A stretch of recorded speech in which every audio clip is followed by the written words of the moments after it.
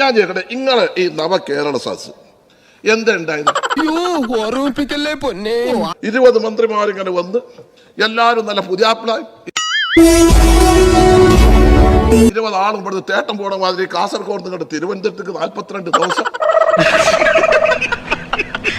എന്നിട്ട് ഇങ്ങനെ വിഭവസമൃദ്ധമായിട്ടുണ്ട്. എല്ലാത്തിന്റെ വെയിറ്റ് 6 കിലോ നിങ്ങളുടെ കൂടി നല്ല നാട്ടുകാർക്ക് പ്രയോജനം ഉണ്ടായി.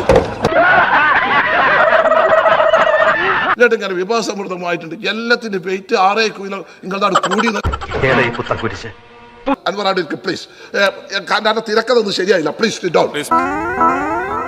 ആരെയും ബൂർഷ എന്ന് പറയുന്ന ഇങ്ങള് ആ ബൂർഷകളൊക്കെ വിളിച്ചിട്ട് പാല് അണ്ടിപ്പരിപ്പ് ചാലിച്ചിട്ട്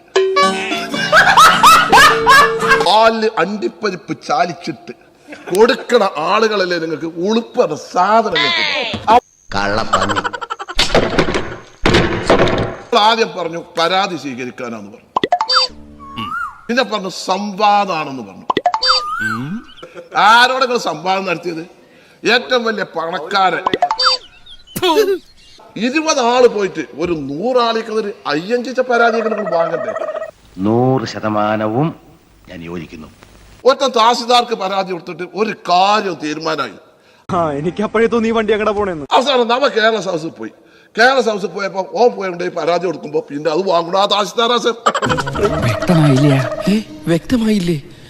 അത് സാർ ഈ മൂത്രക്കല്ലിന്റെ അസുഖം ഉണ്ടായപ്പോ നമ്മുടെ നാട്ടില് ഒറ്റം പറഞ്ഞു കോഴിക്കോട് നല്ല ഡോക്ടർ ഉണ്ട്, അവിടെ നിന്ന് പോയി നോക്കുകയാണ്.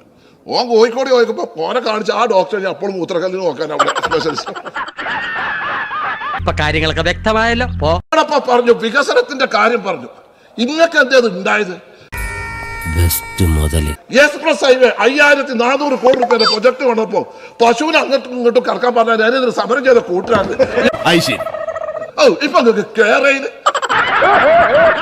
കണ്ണൂരിൽ നിന്ന് അപ്പം തിന്നാല് തിരുവനന്തപുരത്ത് നിന്ന് തിന്നാറ് ഗോവിന്ദൻ മാസ്റ്റർ ക്ലാസ്. പിന്നെ അതിന്റെ കൂട്ടത്തിൽ ആ കേരളീയം. എന്താ കേരളീയം? തുലാമാസം കൊണ്ടേക്കാണ് തിരുവനന്തപുരത്ത് പരിപാടി. നിങ്ങളെ തലയിൽ എന്തെങ്കിലും ഉണ്ടെങ്കിലല്ലേ? സിനിമാ നടൻ മോഹൻലാല്, നടി ശോഭന, കമലഹാസൻ വന്ന ആള് കൂടും. ലീഗുകാരും പോകും, കോൺഗ്രസ്സുകാരും പോകും, എല്ലാവരും പോകും.